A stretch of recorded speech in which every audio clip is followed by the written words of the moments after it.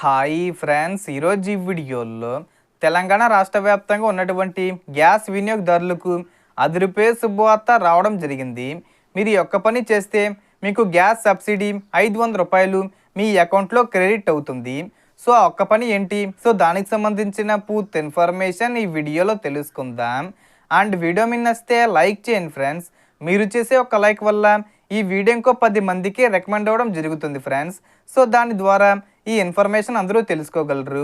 So ఏమాత్రం late చేయకుండా వీడియోకి వెళ్ళిపోద్దాం. సో తెలంగాణ రాష్ట్రంలో గ్యాస్ సిలిండర్ వాడుతున్న ప్రతి ఒక్కరూ తప్పనిసరిగా ఒక ముఖ్యమైన పని చెయ్యాలి. అప్పుడు మాత్రమే మీకు గ్యాస్ సబ్సిడీ డబ్బులు అకౌంట్లో జమ అవుతాయి. ఆ పని ఏమిటంటే ఈకేవీసీ పూర్తి చేయడం.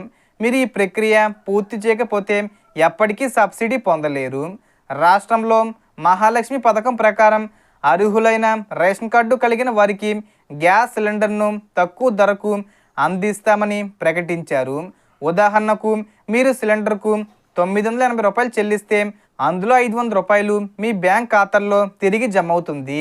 అయితే ఇప్పుడు కేంద్ర ప్రభుత్వం దేశవ్యాప్తంగా గ్యాస్ వినియోగదారులందరికీ ఈకేవీసీ తప్పనిసరి చేసింది. ఈకేవీసీ పూర్తి చేసిన వారికి మాత్రమే సబ్సిడీ అందుతుంది. అలాగే గ్యాస్ బుకింగు మరియు కనెక్షను యాక్టివ్గా ఉండడానికి కూడా ఇది అవసరం. కాబట్టి ముందుగా మీ గ్యాస్ కనెక్షన్కు ఈకేవీసీ పూర్తి చేస్తారా లేదా అని చెక్ చేసుకోండి. మీరు హెచ్పి, ఇండియను లేదా భారత్ గ్యాసు ఏది వాడుతున్నా సరే ఈకేవీసీ చేయకపోతే వెంటనే మీ గ్యాస్ ఏజెన్సీకి వెళ్ళి ఆధార్ కార్డు తీసుకొని బయోమెట్రిక్ ద్వారా ఈ ప్రక్రియ పూర్తి చేయాలి. అదేవిధంగా మీ ఆధార్ కార్డు మీ బ్యాంక్ అకౌంట్కు లింక్ అయ్యిందా, ఆధార్కు రిజిస్టర్ అయిన మొబైల్ నెంబరు బ్యాంక్లో అప్డేట్ అయ్యిందా, అలాగే మీ బ్యాంక్ అకౌంటు ఎన్పిసిఏకి లింక్ అయ్యిందా అన్న విషయాలు కూడా తప్పనిసరిగా చెక్ చేసుకోండి.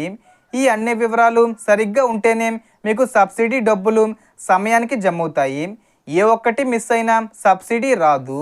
సో ఈ వీడియోలో ఇన్ఫర్మేషన్ ఫ్రెండ్స్. మీకు ఈ వీడియో నచ్చితే లైక్ చేయండి, షేర్ చేయండి అండ్ సబ్స్క్రైబ్ చేసుకోండి. Thanks for watching.